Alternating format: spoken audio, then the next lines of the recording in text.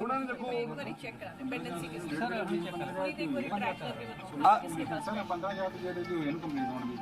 ਤੇ ਇਹ ਸਰ ਉਹ ਅਸੀਂ check ਕਰਦੇ ਸਰ। ਛੁੱਟੀਆਂ ਆ ਗਈਆਂ ਸਰ ਬਿਲਕੁਲ ਨਹੀਂ ਕਿਸੇ ਜਾਂ ਉਹਨੂੰ ਦੱਸਿਆ ਜਾਵੇ ਉਹਨਾਂ ਨੂੰ ਉਹ ਕਹਿੰਦੇ ਮੈਨੂੰ ਜ਼ਰੂਰੀ ਚਾਹੀਦਾ ਤੇ ਹਾਂਜੀ ਫਾਈਲ ਲਾਣੀ ਮੈਂ ਜ਼ਰੂਰੀ ਚਾਹੀਦਾ ਆ ਇੱਕ ਮਿੰਟ ਆਪ ਜਾਣ ਸੁਣੋ ਜੀ ਇਹਨਾਂ ਦੀ ਗੱਲ ਸੁਣੋ ਸੁਣੋ ਇਹਨਾਂ ਦੀ ਗੱਲ ਸੀ ਬੋਲੋ ਜੀ ਸਰ ਮੈਂ ਫਾਈਲ ਲਾਣੀ ਮੈਨੂੰ ਜ਼ਰੂਰੀ ਚਾਹੀਦਾ ਸੀ ਮੈਂ ਮੰਡੇ ਵੀ ਆਈ ਮੈਂ ਸੈਚਰਡੇ ਵੀ ਆਈ ਇਹਨਾਂ ਕੋਲ ਕਹਿੰਦੇ ਜੀ ਵੀ ਛੁੱਟੀਆਂ ਆ ਹੁਣ ਵੀ ਪਰ ਆ ਖੁੱਲਾ ਸੀ ਬਿਲਕੁਲ ਗਲਤ ਗੱਲ ਹੈ ਜੀ ਐਸਡੀਐਮ ਸਾਹਿਬ ਏਦਾਂ ਕੰਮ ਨਹੀਂ ਚੱਲਣਾ ਅਸੀਂ ਚੈੱਕ ਕਰਾ ਲੈਂਦੇ ਕਿੰਨੇ ਪੈਂਡਿੰਗ ਬਿਲकुल नहीं देखो उन्होंने फाइल लाई है उन्होंने बाहर जाना उन्होंने तुसी अपनी लाई है ਹਾਂਜੀ ਆਪਣੀ तुसी ये दसो भी इसदा की जवाब है साडे कोल बिल्कुल मैं आप इन्हों ਜਿੱਧਰ ਪੈਂਡਿੰਗ ਹੈ ਉਹਦੀ ਜਵਾਬਦਾਰੀ ਕਰੋ ਨਾ ਵੀ ਕਿਉਂ ਪੈਂਡਿੰਗ ਆ क्यों पेंडिंग है जे अगर किसी अफसर की गलती है तो फिर उन्हें पनिश किया जाएगा मैं इत्थे करांगा उन्होंने मैं इत्थे चार्जशीट करना मैं तुहानूं खड़े होकर तुहानूं मैं गल दस देना ਉਹਨੂੰ ਬਖਸ਼ਿਆ ਨਹੀਂ ਜਾਏਗਾ ਸਰਕਾਰ ਦੀ ਪਾਲਿਸੀ 'ਚ ਹੈ ਇਹ ਇੱਕ ਮੇਰੀ ਗੱਲ ਸਮਝੋ ਮੇਰੀ ਮਾਵਾਂ ਵਰਗੀ ਭੈਣਾਂ ਭਰਜਾਈਆਂ ਵਰਗੀ ਲੇਡੀ ਕਿਉਂ ਸਫਰ ਕਰੇ ਸਾਨੂੰ ਕਿਸੇ ਦਾ ਦਰਦ ਕਿਉਂ ਨਹੀਂ ਹੈ ਪਹਿਲਾਂ ਇਹ ਦੱਸੋ ਜੇ ਤੁਹਾਡੇ ਪਰਿਵਾਰ ਨੇ ਬਾਹਰ ਜਾਣਾ ਹੋਵੇ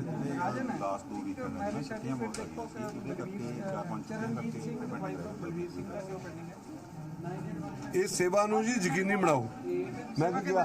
ਮੈਡਮ ਇਹ ਤੇ ਗੱਲ ਕਰੋ ਇਹ ਆਪਾਂ ਇਹ ਸੇਵਾ ਦੇਖੀਏ ਕਿੰਨੇ ਘੰਟੇ ਦੇ ਵਿੱਚ ਆਪਾਂ ਕਿੰਨੇ ਦਿਨ 'ਚ ਸੇਵਾ ਦੇਣੀ ਵੈਸੇ ਪੈਂਡੈਂਸੀ ਦੀ ਨਾ ਰੋਜ਼ ਰਿਵਿਊ ਕਰਦੇ ਆ ਰੋਜ਼ ਸਵੇਰੇ ਰਿਵਿਊ ਹੁੰਦਾ ਹੈ ਸਾਡੀ ਪੂਰੇ ਜ਼ਿਲ੍ਹੇ ਦੀ ਪੈਂਡੈਂਸੀ 0.3% ਦੇ ਆਸ-ਪਾਸ ਹੈ ਉਹ ਵੀ ਇਸ ਕਰਕੇ ਕਿ ਕਿਤੇ ਕਦੇ ਡਾਕੂਮੈਂਟ ਨਹੀਂ ਪੂਰਾ ਹੁੰਦਾ ਜਾਂ ਫਿਰ ਛੁੱਟੀਆਂ ਲਗਾਤਾਰ ਆ ਜਾਣ ਕਰਕੇ ਹੋ ਜਾਂਦੀ ਹੈ ਬਟ ਅਸੀਂ ਔਰ ਇੰਪਰੂਵ ਕਰਾਂਗੇ 0.3 ਤੋਂ ਅਸੀਂ ਜ਼ੀਰੋ ਲੈ ਕਰ ਆਣਾ ਹੈ ਬਿਲਕੁਲ ਜ਼ੀਰੋ ਰੱਖੋ ਤੁਸੀਂ ਦੇਖ ਸਕਦੇ ਇਹਨਾਂ ਦੀ ਆਪਾਂ ਦੇਖ ਸਕਦੇ ਹਾਂ ਪੋਜੀਸ਼ਨ ਇਹਨਾਂ ਦੀ ਅਸੀਂ ਖੁਦ ਹੀ ਚੈੱਕ ਕਹਿ ਰਹੇ ਵੀ ਮੈਂ ਜ਼ਰੂਰੀ ਜਾਣਾ ਚਲੋ ਇਹ ਤਾਂ ਅੱਜ ਮੈਂ ਇੱਥੇ ਹਾਜ਼ਰ ਹਾਂ ਜੇ ਇਦਾਂ ਦੇ ਉਧਰ ਇਹਨਾਂ ਨੇ ਵਿਚਾਰਿਆਂ ਨੇ ਕਿਹਾ ਕਹਿੰਦੇ ਮੈਡਮ ਵੀ ਆਂਟੀ ਤੁਸੀਂ ਆਇਓ ਨਾ ਸੋਮਵਾਰ ਫਿਰ ਪਰੇਸ਼ਾਨ ਹੋਗੇ ਪਹਿਲਾਂ ਵੀ ਆਂਦੇ ਰਹੇ ਹੋ ਕਿੰਨੀ ਵਾਰ ਆਏ ਹੋ ਮੈਂ ਦੋ ਵਾਰ ਆ ਚੁੱਕੇ ਹੋਏ ਫਿਰ ਮੈਨੂੰ ਕਹਿੰਦੀ ਤੁਸੀਂ ਸੋਮਵਾਰ ਨਾ ਆਇਓ ਵੀ ਤੁਸੀਂ ਮੰਗਲਵਾਰ ਆਇਓ ਧੁੱਪ 'ਚ ਪਰੇਸ਼ਾਨ ਨਾ ਹੋਇਓ ਸੋਮਵਾਰ ਕਿਉਂ ਨਹੀਂ ਆਣਾ ਕਹਿੰਦੇ ਵੀ ਪਤਾ ਨਹੀਂ ਆਣ ਮਿਲੇਗਾ ਕਿ ਨਹੀਂ ਮਿਲੇਗਾ ਤੁਸੀਂ ਕਿਉਂ ਪਰੇਸ਼ਾਨ ਹੋਣਾ ਯਕੀਨੀ ਬਣਾਇਆ ਜਾਏਗਾ ਮੈਨੂੰ ਨੋਟ ਅੱਜ ਮੈਂ ਕਰਤਾ ਸੋਚ ਕੇ ਆਈ ਮੈਂ ਅੱਜ ਮੈਂ ਡੀਸੀ ਅਫਸਰ ਖੁਦ ਹੀ ਜਾਊਂਗੀ ਉਹਨਾਂ ਦੀ ਰਿਕੁਐਸਟ ਕਰੂੰਗੀ ਮੈਂ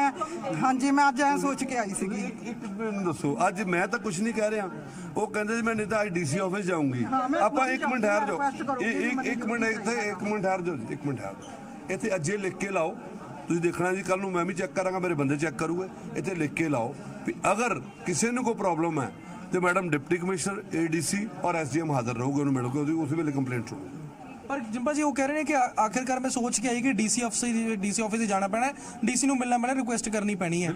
ਇਹ ਕਿਉਂ ਇਸ ਤਰੀਕੇ ਨਾਲ ਜਿਹੜਾ ਹੈ ਉਹ ਆ ਰਹੇ ਹੈ ਕਿ ਨਹੀਂ ਹੋਏਗਾ ਕੰਮ ਲਈ ਸਿਰਫ ਡੀਸੀ ਨੂੰ ਮਿਲਣਾ ਉਸ ਆਫਿਸ ਹੋਏਗਾ ਹਾਂਜੀ ਸਾਲ ਤੋਂ ਪੁਰਾਣੀ ਹੈ ਨਹੀਂ ਮੇਰੀ ਪੁਰਾਣੀ ਆ ਸਾਡੇ ਸੀ ਬੇਟਾ ਮੇਰਾ ਗਿਆ ਮੈਂ ਰਿਕੁਐਸਟ ਹੈ ਨਾ ਮੈਂ ਸਰ ਬੇਨਤੀ ਹੈ ਉਹ ਇਹ ਲਈ ਅਪਰੂਵ ਹੁੰਦੀ ਹੈ ਸਰ ਡੀਸੀ ਆਫਿਸ ਤੋਂ ਅਪਰੂਵ ਹੁੰਦੀ ਹੈ ਇਸ ਲਈ ਟਾਈਮ ਲੱਗਦਾ ਪਹਿਲਾਂ ਇਧਰੋਂ ਆਂਦੀ ਸਰ ਫਿਰ ਡੀਸੀ ਆਫਿਸ ਤੋਂ ਅਪਰੂਵ ਹੁੰਦੀ ਹੈ ਉੱਥੇ ਦੇਖ ਲੈ ਇੱਕ ਮਿੰਟ ਮਾਤਾ ਜੀ ਇੱਕ ਮਿੰਟ ਸਰ ਅਸੀਂ ਦੇਖ ਲਈਏ ਹੁਣ ਸਾਨੂੰ 5 ਮਿੰਟ ਦਿਓ ਸਰ 5 ਮਿੰਟ ਦਿਓ ਅਸੀਂ ਬੰਦਾ ਬੁਲਾ ਲਿਆ ਸਰ ਚੀਜ਼ ਹੋ ਰਿਹਾ ਹਾਂਜੀ ਸਰ ਜੇ ਤੁਹਾਡੀ ਲੱਗਦਾ ਤੁਸੀਂ ਕਿ ਪੁਰਾਣਾ ਆ ਤੇ ਲੋਕਾਂ ਨੂੰ ਪਤਾ ਲਿਖਿਆ ਹੋਣਾ ਚਾਹੀਦਾ ਵੀ ਅਗਰ ਇੰਨੀ ਪੁਰਾਣੀ ਕੋਈ ਰਜਿਸਟਰਡ ਹੋਣੀ ਹੈ ਮੈਰਿਜ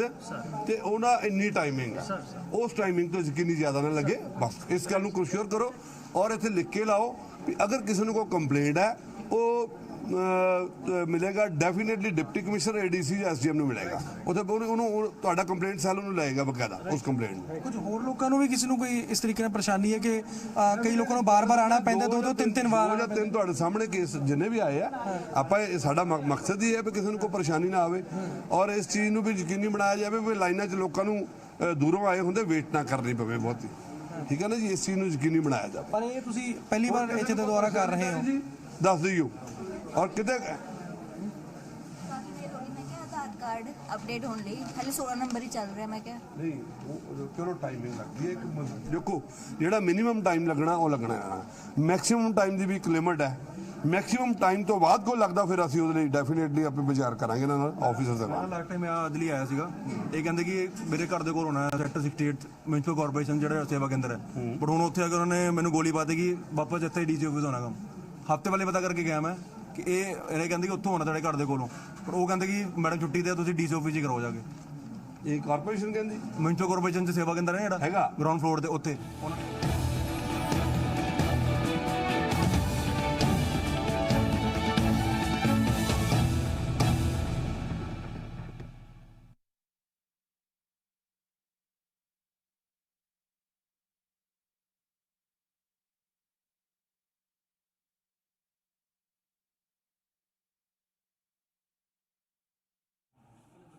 ਨੇ ਆਪ ਕਿਹਾ ਸੀਗਾ ਲਿਖ ਕੇ ਦਿੱਤਾ ਸੀ ਵਿੱਚ ਤੁਸੀਂ ਯਾਰ ਆਰਟੀਓ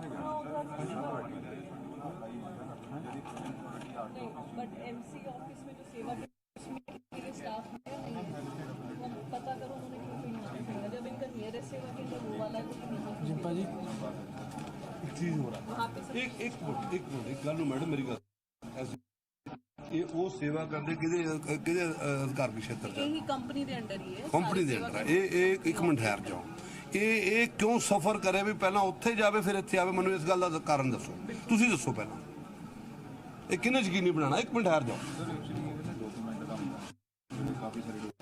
नहीं उन्होंने वहाँ पे क्यों नहीं एक्सेप्ट करी एप्लीकेशन यहाँ अगर वहाँ आपका सेवा के अंदर है तो वहाँ क्यों नहीं हो रहा ये बताइए आप ਮੇਰਾ ਵੀ ਇਹ ਕੁਐਸਚਨ ਉੱਥੇ ਕਿਉਂ ਨਹੀਂ ਹੋਇਆ ਪਹਿਲਾਂ ਉੱਥੇ ਗਿਆ ਸੀ ਇਹ ਪਹਿਲਾਂ ਇੱਕ ਮਿੰਟ ਠਹਿਰ ਜਾਓ ਉਹ ਇੱਥੇ ਔਰ ਉਹਨੇ ਕਿੰਨਾ ਡਿਫਰੈਂਸ ਹੈ ਉੱਥੋਂ ਕਿੰਨੀ ਦੂਰ ਹੈ ਇੱਥੋਂ ਮੇਰੇ ਘਰ ਤੋਂ ਹੈਗਾ ਇਹ 3 ਕਿਲੋਮੀਟਰ ਉਹ ਵਾਕਿੰਗ ਡਿਸਟੈਂਸ ਹੀ ਹੈ ਇਹ ਕਿੰਨੇ ਕਿਲੋਮੀਟਰ ਆਏ ਤੁਸੀਂ ਉਹ ਜਿਹੜਾ ਮੇਰੇ ਘਰ ਦੇ ਕੋਲ ਉਹ ਵੀ ਵਾਕਿੰਗ ਡਿਸਟੈਂਸ ਹੀ ਹੈ 50 ਕਦਮ ਦੀ ਓਕੇ ਇਹ ਮੈਨੂੰ 3 ਕਿਲੋਮੀਟਰ ਇਹ ਫਿਰ ਉਹ ਸੇਵਾ ਕੇ ਅੰਦਰ ਫਾਇਦਾ ਤੁਹਾਨੂੰ ਤੁਸੀਂ ਕਿਉਂ ਪੇਮੈਂਟ ਲਾਓ ਤੁਸੀਂ ਉਹ ਸੇਵਾ ਕੇ ਅੰਦਰ ਦੀ ਸਰ ਉਹ ਹੁਣ ਪਤਾ ਵੀ ਨਹੀਂ ਨਾ ਹੈਗਾ ਕਿ ਉਹ ਗਈ ਸੀ ਆਪਾਂ ਤਾਂ ਚੈੱਕ ਕਰਵਾ ਲੈਂਦੇ ਨਹੀਂ ਇਹ ਨੈਗਲੀਜੈਂਸੀ ਦਾ ਮਤਲਬ ਇਹ ਨਹੀਂ ਹੈ ਪਤਾ ਨਹੀਂ ਹੈਗਾ ਜੇ ਉੱਥੇ ਤੁਹਾਡਾ ਕਾਊਂਟਰ ਤੇ ਬੰਦਾ ਕਹਿ ਰਿਹਾ ਵੀ ਹੈ ਨਹੀਂਗਾ ਜਾਂ ਤੂੰ ਬਾਅਦ ਚੋਂ ਆਈ ਉਹਦੀ ਜ਼ਿੰਮੇਵਾਰੀ ਤੁਹਾਡੀ ਕੰਪਨੀ ਦੀ ਹੈ ਮੇਰੇ ਅਫਸਰ ਸਾਹਿਬਾਨ ਦੀ ਹੈ ਅਗਰ ਇਹਨਾਂ ਦੀ ਡਿਊਟੀ ਬਣਦੀ ਤੁਸੀਂ ਭਾਈ ਸਾਹਿਬ ਇੱਕ ਤੁਹਾਨੂੰ ਐਸਡੀਐਮ ਸਾਹਿਬ ਇੱਕ ਤੁਹਾਨੂੰ ਰਿਕੁਐਸਟ ਕਰਦਾ ਤੁਸੀਂ ਉੱਤੇ ਬੈਠੇ ਹੋ ਥੱਲੇ ਤੁਹਾਡੇ ਨਾਲ ਆਫਿਸ ਹੈ ਤੁਹਾਡੀ ਅਗਰ ਸੇਵਾ ਕੇਂਦਰ ਠੀਕ ਨਹੀਂ ਕੰਮ ਕਰ ਰਹੇ ਫਿਰ ਆਪਾਂ ਬਾਕੀ ਨੂੰ ਕੀ ਮੰਨੀਏ ਸੇਵਾ ਨੂੰ ਦੇਖੋ ਮੈਂ ਤੁਹਾਡੀ ਗੱਲ ਮੰਨ ਲਈ ਆ ਜਿਹੜਾ ਕੇਸ ਹੈ ਵੀ ਪਹਿਲਾਂ ਉਧਰ ਗਿਆ ਫਿਰ ਇੱਧਰ ਆਇਆ ਨਹੀਂ ਹਾਂਜੀ ਪੁੱਛੋ ਉਹਨਾਂ ਨੂੰ ਲੈਗਲੀ ਮਨਾ ਕੀਤਾ ਕਿ ਭਈ ਇੱਥੇ ਨਹੀਂ ਹੋਣਾ ਨਹੀਂ उन्होंने कोई कारण दसा कि ਹੈ ਕਾਰਨ ਦੱਸਦਾ ਕਿ ਜਿਹੜੇ ਮੈਡਮ ਕਰਦੇ ਆ ਉਹ ਛੁੱਟੀ ਦੇ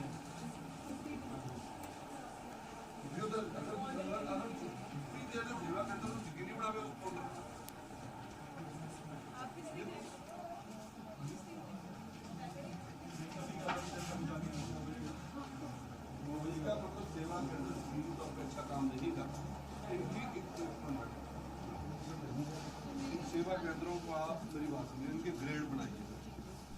अगर ये अच्छा काम नहीं करते तो उसको इनको उस कैटेगरी में रखिए अगर अच्छा काम करेंगे तो उस कैटेगरी में रखिए अगर जो अच्छा काम नहीं करता उसको दोबारा सेवा के अंदर नहीं दिया जा सकता ਜਿੰਪਾ ਜੀ ਇੱਕ ਸਵਾਲ ਹੈ ਕਿ ਕਿਉਂ ਇਸ ਤਰੀਕੇ ਨਾਲ ਸਿਸਟਮ ਘੁੰਮ ਰਿਹਾ ਹੈ ਉਹਨਾਂ ਨੂੰ ਜਾਣਾ ਪੈ ਰਿਹਾ ਇੱਕ ਪਾਸੇ ਫਿਰ ਦੂਜੇ ਪਾਸੇ ਆ ਰਹੇ ਨੇ ਇੱਕ ਛੱਤ ਥੱਲੇ ਇਹ ਕਿਹਾ ਜਾਂਦਾ ਕਿ ਸਾਰੀ ਸੁਵਿਧਾਵਾਂ ਮਿਲਦੀਆਂ ਨੇ ਫਿਰ ਉਸ ਤੋਂ ਇਲਾਵਾ ਫਿਰ ਸੁਵਿਧਾ ਕਿਉਂ ਨਹੀਂ ਮਿਲ ਪਾ ਰਹੀ ਇਸ ਤਰੀਕੇ ਨਾਲ ਇਹ ਇਸ ਤੇ ਇਹਦੀ ਜੜ ਤੱਕ ਜਾਣ ਦੀ ਵੀ ਲੋੜ ਹੈਗੀ ਬਿਲਕੁਲ ਮੈਂ ਇੰਨਾ ਟਾਈਮ ਅਗਰ ਤੁਹਾਡੇ ਨਾਲ ਇੱਥੇ ਸਾਰਿਆਂ ਨਾਲ ਲਾ ਰਿਹਾ ਉਹਦਾ ਕਾਰਨ ਹੀ ਹੈ ਇਸ ਚੀਜ਼ਾਂ ਨੂੰ ਯਕੀਨੀ ਬਣਾਉਣਾ ਇਹ ਸਾਰੇ ਪੰਜਾਬ ਦੇ ਵਿੱਚ ਇਹ ਹਾਲਤ ਹੈਗੀ ਜਿਹੜੀ ਸੁਵਿਧਾ ਕੇਂਦਰ ਤੁਸੀਂ ਗਏ ਸੀਗੇ ਉੱਥੇ ਆਪਸ਼ਨ ਨਹੀਂ ਸੀਗਾ ਇਹ ਫੈਸਿਲਿਟੀ ਨਹੀਂ ਸੀਗੀ ਜਿਹੜੀ ਇੱਥੇ ਭੇਜੀ ਇਹ ਫੈਸਿਲਿਟੀ ਹੈਗੀ ਹੈ ਕਿਉਂ ਭੇਜਿਆ ਗਿਆ ਇਸ ਤਰੀਕੇ ਨਾਲ ਉਹੀ ਕਰ ਰਹਾ ਉਹ ਕਹਿੰਦਾ ਛੁੱਟੀ ਤੇ ਹੈ ਬੰਦਾ ਨਹੀਂ ਉਧਰ ਜੜੀ ਸੀ ਸੈਕਟਰ 68 ਮਿਊਨਿਸਪਲ ਕਾਰਪੋਰੇਸ਼ਨ ਨਹੀਂ ਹੈਗੇ ਸੀ ਬੰਦੇ ਉਹ ਕਹਿੰਦੇ ਜਿਹੜੇ ਕੰਮ ਕਰਦੇ ਉਹ ਛੁੱਟੀ ਤੇ ਆ ਹਾਂਜੀ ਛੁੱਟੀ ਤੇ ਨੇ ਇਹ ਕਿਹਾ ਗਿਆ ਕਿ ਹਾਂ ਇਹ ਕਿਹਾ ਗਿਆ ਮੈਂ ਕਿਹਾ ਫਿਰ ਸਾਰੇ ਛੁੱਟੀ ਤੇ ਸੀਗੇ ਕੋਈ ਹੋਰ ਨਹੀਂ ਕਰ ਸਕਦਾ ਕਹਿੰਦੇ ਜਿਹੜਾ ਕਰਦਾ ਕੋਈ ਆਲਟਰਨੇਟ ਨਹੀਂ ਰੱਖਿਆ ਗਿਆ ਹਾਂ ਉਹੀ ਕਰ ਆਲਟਰਨੇਟ ਦੱਸਿਆ ਮੈਨੂੰ ਕੋਈ ਆਲਟਰਨੇਟ ਤੱਕ ਨਹੀਂ ਰੱਖਿਆ ਗਿਆ ਜੀ ਇੱਕ ਕਾਊਂਟਰ ਨੇ ਦੂਜਾ ਕਰ ਦੇਗਾ ਇੱਕ ਮਿੰਟ ਠਹਿਰ ਜਾਓ ਮੈਨੂੰ ਤੁਸੀਂ ਜਵਾਬ ਦਿਓ ਇਹਨਾਂ ਨੂੰ ਮੇਰੀ ਗੱਲ ਸਮਝੋ ਕਰੋ ਅੱਜ ਤੁਹਾਡੀ ਚਾਹੇ ਉਹ ਸੇਵਾ ਕੇਂਦਰ ਚਾਹੇ ਕੰਪਨੀ ਇੱਕੋ ਹੀ ਹੈ ਇਹਨਾਂ ਨੂੰ ਬਕਾਇਦਾ ਇਸ ਚੀਜ਼ ਦਾ ਨੋਟਿਸ ਰਿਟਨ ਨੋਟਿਸ ਜਾਣਾ ਚਾਹੀਦਾ ਔਰ ਤੁਸੀਂ ਉਹਦੀ ਮੈਨੂੰ ਕਰਕੇ ਮੈਨੂੰ ਉਹਦੀ ਕਾਪੀ ਭੇਜਣੀ ਮੈਡਮ ਇਹਨਾਂ ਨੂੰ ਨੋਟਿਸ ਕਰੋ ਅੱਜ ਔਰ ਇਹਨਾਂ ਦੀ ਗ੍ਰੇਡਿੰਗ ਕਰੋ ਇਹਨਾਂ ਸੇਵਾ ਕੇਂਦਰਾਂ ਦੀ ਇਦਾਂ ਦੀ ਜਿਹੜੀ ਕੁਤਾਹੀ ਹੈ ਇਹਨੂੰ ਫਿਰ ਉਹਦੇ 'ਚ ਲੈ ਕੇ ਆਓ ਬਲੈਕ ਲਿਸਟਡ 'ਚ ਲੈ ਕੇ ਆਓ ਤਾਂ ਕਿ ਅੱਗੇ ਤੋਂ ਕੰਪਨੀ ਫਿਰ ਕੰਮ ਨਾ ਕਰੇ ਕਿਤੇ ਉਹਨੂੰ ਕੰਮ ਮਿਲੇ ਵੀ ਨਾ ਉਹ ਬਲੈਕ ਲਿਸਟਡ ਕਰਕੇ ਉਹਨੂੰ ਪਬਲਿਸ਼ ਕੀਤਾ ਜਾਊਗਾ ਇਹ ਤੁਹਾਡੇ ਪਾਸ ਦਾ ਰੋਕ ਨਹੀਂ ਹੈਗਾ ਤੁਸੀਂ ਚੈੱਕ ਨਹੀਂ ਕਰਨਾ ਸਾਨੂੰ ਚੈੱਕ ਕਰਨਾ ਪੈਣਾ ਆ ਕੇ ਬਾਰ-ਬਾਰ ਤੇ ਇੰਨਾ ਟਾਈਮ ਸਾਡੇ ਕੋਲ ਵੀ ਨਹੀਂ ਹੋਣਾ ਇਹਨਾਂ ਦੀ ਗ੍ਰੇਡਿੰਗ ਕਰੋ ਮੈਡਮ ਲਿਖੋ ਤੁਸੀਂ ਇਹਨੂੰ ਲਿਖੋ ਇਹਨੂੰ ਗ੍ਰੇਡਿੰਗ ਕਰੋ ਐਸਡੀਐਮ ਸਾਹਿਬ ਮੈਨੂੰ ਇਹ ਲਿਖੋ ਵੀ ਕੀ ਨੋਟਿਸ ਕੱਢਿਆ ਉਹਨੂੰ ਵੀ ਕੱਢਿਆ ਮੈਡਮ ਨੇ ਡਿਪਟੀ ਕਮਿਸ਼ਨਰ ਮੈਡਮ ਨੂੰ ਮੇਰੇ ਵੱਲੋਂ ਕਹੋ ਉਹ ਅੱਜ ਇਹਨੂੰ ਕੰਪਨੀ ਨੂੰ ਜੋ ਵੀ ਹੈਗੀ ਇਹਨਾਂ ਨੂੰ ਕਰੋ ਹਾਂਜੀ ਅੱਜ ਨੋਟਿਸ ਜੀ ਜ਼ਿੰਪਾ ਜੀ ਕੀ ਡਿਸਕ੍ਰਿਪੈਂਸੀਜ਼ ਅੱਜ ਤੁਸੀਂ ਜਿਹੜਾ ਨੋਟਿਸ ਹੈ ਉਹ ਕੱਢਿਆ ਜਾ ਰਿਹਾ ਹੈ ਐਕਸ਼ਨ ਲਿੱਤਾ ਜਾ ਰਿਹਾ ਹੈ ਜਿਹੜੇ ਵੀ ਸੇਵਾ ਕੇਂਦਰ 'ਚ ਜਿਹੜੀ ਹੈ ਉਹ ਕੰਪਨੀ ਕੰਮ ਕਰ ਰਹੀ ਹੈ ਕਿਉਂਕਿ ਕੰਮ ਜਿਹੜਾ ਹੈ ਉਹ ਬਖੂਬੀ ਨਹੀਂ ਨਿਭਾ ਰਹੀ ਇਹ ਜਿਹੜਾ ਹੈ ਉਹ ਲੋਕ ਕਹਿ ਰਹੇ ਨੇ ਕਿ ਇੱਕ ਪਾਸੇ ਭੇਜਿਆ ਜਾਂਦਾ ਫਿਰ ਉੱਥੋਂ ਕਿਹਾ ਜਾਂਦਾ ਕਿ ਫੈਸਿਲਿਟੀ ਉੱਥੋਂ ਨਹੀਂ ਮਿਲ ਰਹੀ ਤਾਂ ਦੂਜੇ ਪਾਸੇ ਜਾ ਕੇ ਫੈਸਿਲਿਟੀ ਜਿਹੜੀ ਹੈ ਉਹ ਮਿਲ ਜਾਊਗੀ ਤੁਸੀਂ ਜਿਹਦੇ ਕਰਕੇ ਲੋਕ ਕਾਫੀ ਕੰਪਲੇਂਟ ਵੀ ਕਰ ਰਹੇ ਨੇ, ਜਿਹਦੇ ਕਰਕੇ ਹੁਣ ਇੱਕ ਨੋਟਿਸ ਕੱਢਿਆ ਜਾ ਰਿਹਾ ਹੈ ਕੈਬਨਿਟ ਮੰਤਰੀ ਬ੍ਰਹਮ ਸ਼ੰਕਰ ਜਿੰਪਾ ਵੱਲੋਂ, ਜਿਹੜੇ ਕਿ ਸਾਫ਼ ਤੌਰ ਤੇ ਇਹ ਕਹਿ ਰਹੇ ਨੇ ਕਿ ਹੁਣ ਐਕਸ਼ਨ ਜਿਹੜਾ ਹੈ ਉਹ ਲਿਆ ਜਾਏਗਾ। ਪਰ ਨਾਲ ਦੇ ਨਾਲ ਇਹ ਵੀ ਦੇਖਿਆ ਜਾ ਰਿਹਾ ਕਿ ਐਕਸ਼ਨ 'ਚ ਜਿਹੜੀ ਆ ਮਾਨ ਸਰਕਾਰ ਉਹ ਹੈਗੀ ਹੈ, ਜਿੱਥੇ ਇੱਕ ਪਾਸੇ ਡੇਰਾਬੱਸੀ 'ਚ ਵੀ ਜਿਹੜੇ ਵਿਧਾਇਕ ਉਹ ਐਕਸ਼ਨ ਕਰਦੇ ਨੇ, ਤਾਂ ਦੂਜੇ ਪਾਸੇ ਹੁਣ ਕੈਬਨਿਟ ਮੰਤਰੀ ਬ੍ਰਹਮ ਸ਼ੰਕਰ ਜਿੰਪਾ ਜਿਹੜਾ ਹੈ ਉਹ ਆ ਕੇ ਇਸ ਤਰੀਕੇ ਨਾਲ ਰੇਡ ਕਰ ਰਹੇ ਨੇ। ਔਰ ਬਾਕੀ ਸੇਵਾ ਕੇਂਦਰ ਦੇ ਰੂਪ ਜਿਹੜੀਆਂ ਸਾਡੇ ਕੋਲ ਆਈਆਂ, ਹੁਣ ਲੋਕਾਂ ਨੇ ਜੁਗਿਆ, ਅਸੀਂ ਆਪਣੇ ਕੋਲ ਕੁਝ ਨਹੀਂ ਕਿਹਾ ਸੀ, ਲੋਕਾਂ ਨੂੰ ਪੁੱਛਿਆ, ਲੋਕਾਂ ਨੇ ਜੁਗਿਆ, ਉਹਨਾਂ ਨੂੰ ਪੁੱਛਿਆ ਔਰ ਉਹਨਾਂ ਨੂੰ ਕਹਿਤਾ ਵੀ ਆ ਇੱਕ ਭਾਈ ਸਾਹਿਬ ਬੈਠੇ, ਇਹਨਾਂ ਨੇ ਦੱਸਿਆ ਅਗਰ ਉਹ ਸੇਵਾ ਕੇਂਦਰ ਦੇ ਗਏ ਉੱਥੇ ਅਗਰ ਬਾਕੀ ਚੱਲਦਾ ਪਿਆ ਡਿਪਾਰਟਮੈਂਟ ਤਾਂ ਇਹਨਾਂ ਦਾ ਸੇਵਾ ਕੇਂਦਰ ਜਿਹਦੀ ਕੋਈ ਜ਼ਿੰਮੇਵਾਰੀ ਹੈ ਔਰ ਉਹਨੇ ਉਸ ਚੀਜ਼ ਦੇ ਚਾਰਜਸ ਲੈਣੇ ਆ ਔਰ ਉਹ ਤੋਂ ਉਹਨੂੰ ਉਹ ਇਹਨਾਂ ਨੂੰ ਨੋਟਿਸ ਕਰੂਗਾ ਜੀ, ਇਹ ਨਹੀਂ ਉਹਨੂੰ ਕਰੂਗਾ, ਨਹੀਂ ਤਾਂ ਇਹਨਾਂ ਦੀ ਸੇਵਾ ਦੇ ਆਧਾਰ ਤੇ ਇਹਨਾਂ ਨੂੰ ਜਿਹੜਾ ਅੱਗੇ ਨੂੰ ਇਹਨਾਂ ਨੂੰ ਪ੍ਰਮੋਸ਼ਨ ਜਾਂ ਬਲੈਕਲਿਸਟ ਕੀਤਾ ਜਾਊਗਾ। ਜੀ ਬਸ ਇੱਕ ਸਵਾਲ ਹੈ ਇਹਦੇ ਵਿੱਚ ਕਿ ਕਿਸ ਤਰ੍ਹਾਂ ਹੁਣ ਤੁਸੀਂ ਤੁਹਾਡੀ ਸਰਕਾਰ ਬਣਨ ਤੋਂ ਬਾਅਦ ਸਾਫ਼ ਤੌਰ ਤੇ ਕਿਹਾ ਗਿਆ ਸੀ ਲੋਕਾਂ ਦੀ ਵਾਸਤੇ ਤੇ ਟਰਾਂਸਪੇਰੈਂਸੀ ਬਹੁਤ ਜ਼ਰੂਰੀ ਹੈ। ਦੇਖੋ ਟਰਾਂਸਪੇਰੈਂਸੀ ਦੇ ਰੂਪ ਦੇ ਵਿੱਚ ਅੱਜ ਅਸੀਂ ਇੱਥੋਂ ਕਹਿ ਰਹੇ ਹਾਂ ਕਿਸੇ ਨੂੰ ਕੋਈ ਪੈਸਾ ਦੇਣ ਦੀ ਜ਼ਰੂਰਤ ਨਹੀਂ। ਇਹ ਮਾਨਯੋਗ ਸਾਡੇ ਚੀਫ ਮਿਨਿਸਟਰ ਭਗਵੰਤ ਮਾਨ ਜੀ ਨੇ ਸੰਦੇਸ਼ ਓਪਨ ਦਿੱਤਾ, ਉਹਨਾਂ ਨੇ ਬਕਾਇਦਾ ਉਹਨਾਂ ਦਾ ਪੋਰਟਲ ਹੈਗਾ ਜਿੱਥੇ ਕੋਈ ਵੀ ਕੰਪਲੇਂਟ ਪੈ ਸਕਦੀ ਹੈ, ਜਿੱਥੇ ਕੋਈ ਕਰਪਸ਼ਨ ਦੇ ਰੂਪ 'ਚ ਸਾਹਮਣੇ ਆਉਂਦੀ ਹੈ ਜਾਂ ਕੋਈ ਕੁਤਾਹੀ ਦੇ ਰੂਪ 'ਚ ਸਾਹਮਣੇ ਆਉਂਦੀ ਹੈ। ਸਾਡੀ ਆਮ ਆਦਮੀ ਪਾਰਟੀ ਦੇ ਸੁਪਰੀਮੋ ਅਰਵਿੰਦ ਕੇਜਰੀਵਾਲ ਜੀ ਦਾ ਸਿੱਧਾ ਲੋਕਾਂ ਦੇ ਵਿੱਚ ਜਾ ਕੇ ਜਿਹੜਾ ਆਸਾ ਔਰ ਵਿਸ਼ਵਾਸ ਸਾਡੇ ਦੇ ਲੋਕਾਂ ਨੇ ਜਤਾਇਆ, ਭਗਵੰਤ ਮਾਨ ਜੀ ਤੇ ਜਤਾਇਆ, ਉਹ ਬਿਲਕੁਲ ਉਹਨਾਂ ਨੂੰ ਲੋਕਾਂ ਨੂੰ ਯਕੀਨੀ ਬਣਾਇਆ ਗਿਆ, ਸੇਵਾ ਸਾਰੀਆਂ ਬਣਾਈ ਜਾਣ। ਜਿੰਪਾ ਜੀ ਤੁਸੀਂ ਸਵਾਲ ਬੜਾ ਚੱਕਿਆ ਇੱਥੇ, ਤੁਸੀਂ ਕਿਹਾ ਕਿ ਹਲੇ ਤਾਂ ਮੈਂ ਸਿਕਿਉਰਿਟੀ ਦੇ ਨਾਲ ਆਇਆ ਪਰ ਕੱਲ ਨੂੰ ਮੈਂ ਕੱਲਾ ਵੀ ਆ ਸਕਦਾ, ਮਾਸਕ ਪਾ ਕੇ ਵੀ ਆ ਸਕਦਾ, ਤਾਂ ਇਹ ਚੇਤਾਵਨੀ ਇੱਕ ਤਰੀਕੇ ਨਾਲ ਹਰ ਡਿਸਟ੍ਰਿਕਟ ਲਈ ਹੈ, ਹਰ ਤਹਿਸੀਲ ਲਈ ਪੂਰੇ ਪੰਜਾਬ ਦੇ ਅਬੋਹਰ ਤੋਂ ਲੈ ਕੇ ਫਜ਼ਿਲਕਾ ਤੋਂ ਲੈ ਕੇ ਇਹ ਤੁਹਾਡੇ ਕੀ ਕਹਿੰਦੇ ਆ ਖਰੜ ਤੱਕ ਹੈ ਸਾਰਿਆਂ ਨੂੰ, ਤੇ ਇਸੇ ਤਰੀਕੇ ਨਾਲ ਐਕਸ਼ਨ ਜਿਹੜਾ ਉਹ ਜਾਰੀ ਰਹੇਗਾ। ਬਿਲਕੁਲ ਡੈਫੀਨੇਟਲੀ ਤੁਹਾਨੂੰ ਮਿਲੇਗਾ, ਇਹਦੇ ਅੱਛੇ ਰਿਜ਼ਲਟ ਤੁਹਾਨੂੰ ਨਜ਼ਰ ਆਏਗੇ। ਮੇਰੇ ਕੋਲ ਜੋ ਰਿਪੋਰਟ ਹੈਗੀ ਹੈ, ਮੈਨੂੰ ਉਸ ਦਿਨ ਕਿਸੇ ਨੇ ਕੁਐਸਚਨ ਕੀਤਾ ਸੀ, ਕਹਿੰਦੇ ਕਿੰਨਾ ਸੁਧਾਰ ਆ ਕਰਪਸ਼ਨ 'ਚ, ਮੈਂ ਕਿਹਾ ਮੇਰੇ ਲਿਹਾਜ਼ ਨਾਲ 70% ਦੇ ਉੱਤੇ ਸੁਧਾਰ ਹੈ, ਜਿਹੜੇ 30% ਦੇ ਵਿੱਚ ਕੰਮ ਚੱਲਦੇ ਪਏ ਆ ਉਹਨਾਂ ਨੇ ਵੀ ਕਾਬੂ ਆ ਜਾਣਾ।